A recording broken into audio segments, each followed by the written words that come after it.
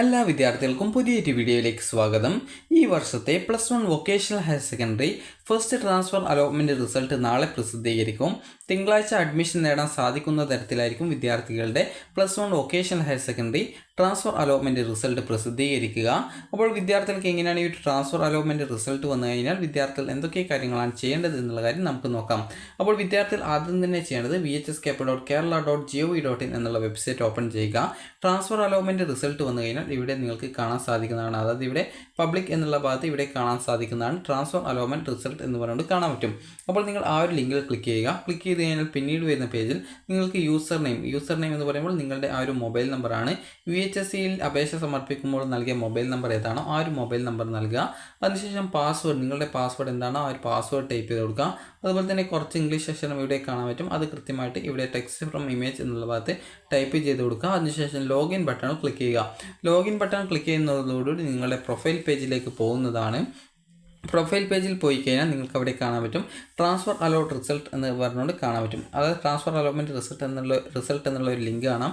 അപ്പോൾ ജസ്റ്റ് നിങ്ങൾ അതിൽ ക്ലിക്ക് ചെയ്യുക. ക്ലിക്ക് ചെയ്ത് കഴിഞ്ഞാൽ നിങ്ങൾക്ക് കാണാൻ പറ്റുന്നതാണ് congratulation you have got transfer എന്ന് പറഞ്ഞുകൊണ്ട് കാണാം.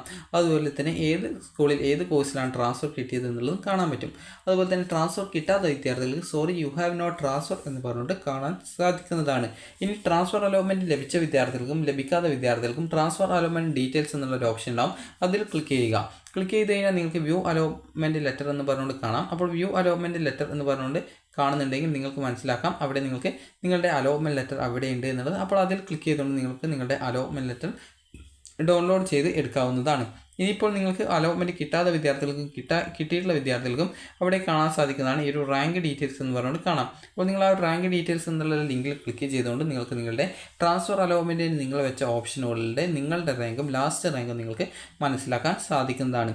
ഇനി ഒരു ട്രാൻസ്ഫർ അലോട്ട്മെൻറ്റ് കിട്ടിയ വിദ്യാർത്ഥികൾ എന്താണ് ചെയ്യേണ്ടതെന്ന് ചോദിച്ചാൽ ട്രാൻസ്ഫർ അലോട്ട്മെൻറ്റ് കിട്ടിയിട്ടുണ്ടെങ്കിൽ വിദ്യാർത്ഥികൾ ചെയ്യേണ്ടത് ട്രാൻസ്ഫർ കിട്ടിയിട്ടുള്ള സ്കൂളിൽ അല്ലെങ്കിൽ കോഴ്സിലേക്ക് മാറേണ്ടതാണ്.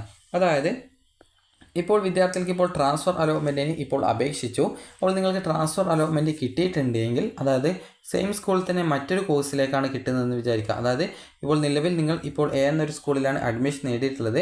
അപ്പോൾ അതിനുശേഷം നിങ്ങൾക്ക് എ എന്ന സ്കൂളിൽ തന്നെ മറ്റൊരു കോഴ്സിലേക്കാണ് ട്രാൻസ്ഫർ ഓപ്ഷൻ വെച്ചത്. അപ്പോൾ ഇങ്ങനെയാണ് ട്രാൻസ്ഫർ കിട്ടിയതെങ്കിൽ നിങ്ങൾക്ക് ഇവിടെ ആ ഒരു കോഴ്സ് മാറ്റത്തിൻ്റെ ഭാഗമായിട്ട് നിങ്ങൾക്ക് എക്സ്ട്രാ ഫീസ് ഉണ്ടെങ്കിൽ അത് അടച്ചാൽ മതിയാകും.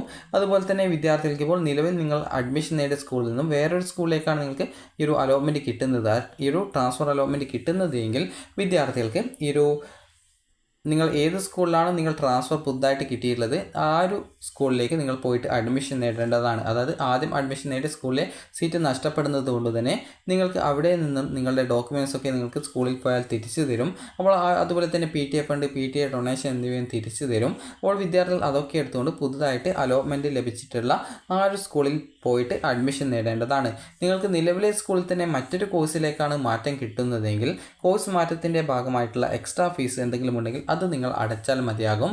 അതേസമയം വിദ്യാർത്ഥികൾക്ക് മറ്റൊരു സ്കൂളിലേക്കാണ് കിട്ടുന്നതെങ്കിൽ നിങ്ങൾ ആ ഒരു ആദ്യം അഡ്മിഷൻ നേടിയ സ്കൂളിലെ സീറ്റ് നഷ്ടപ്പെടുന്നു എന്നുള്ളത് കൊണ്ട് തന്നെ പുതുതായിട്ട് കിട്ടിയുള്ള ആ ഒരു സീറ്റിലേക്ക് നിങ്ങൾ നിർബന്ധമായിട്ടും മാറേണ്ടതായിട്ട് വരുന്നതാണ്.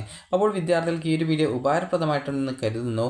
ഉപകാരപ്രദമായിട്ടുണ്ടെങ്കിൽ ലൈക്ക് ചെയ്യുക, ഷെയർ ചെയ്യുക. അതുപോലെ തന്നെ നിങ്ങളുടെ ട്രാൻസ്ഫർ അലോട്ട്മെൻറ്റ് റിസൾട്ട് നാളെ വൈകുന്നേരത്തോടെ ആയിരിക്കും പ്രസിദ്ധീകരിക്കുക. തിങ്കളാഴ്ച മുതൽ നിങ്ങൾക്ക് ട്രാൻസ്ഫർ അഡ്മിഷൻ നേടാൻ സാധിക്കുന്ന തരത്തിലായിരിക്കും ഈ ഒരു അലോട്ട്മെൻറ്റ് റിസൾട്ട് വരുന്നത്. അപ്പോൾ നിങ്ങൾക്ക് ഈ ഒരു വീഡിയോ ഉപകാരപ്രദമായിട്ടുണ്ടെങ്കിൽ ലൈക്ക് ചെയ്യുക, ഷെയർ ചെയ്യുക. Thank you for watching.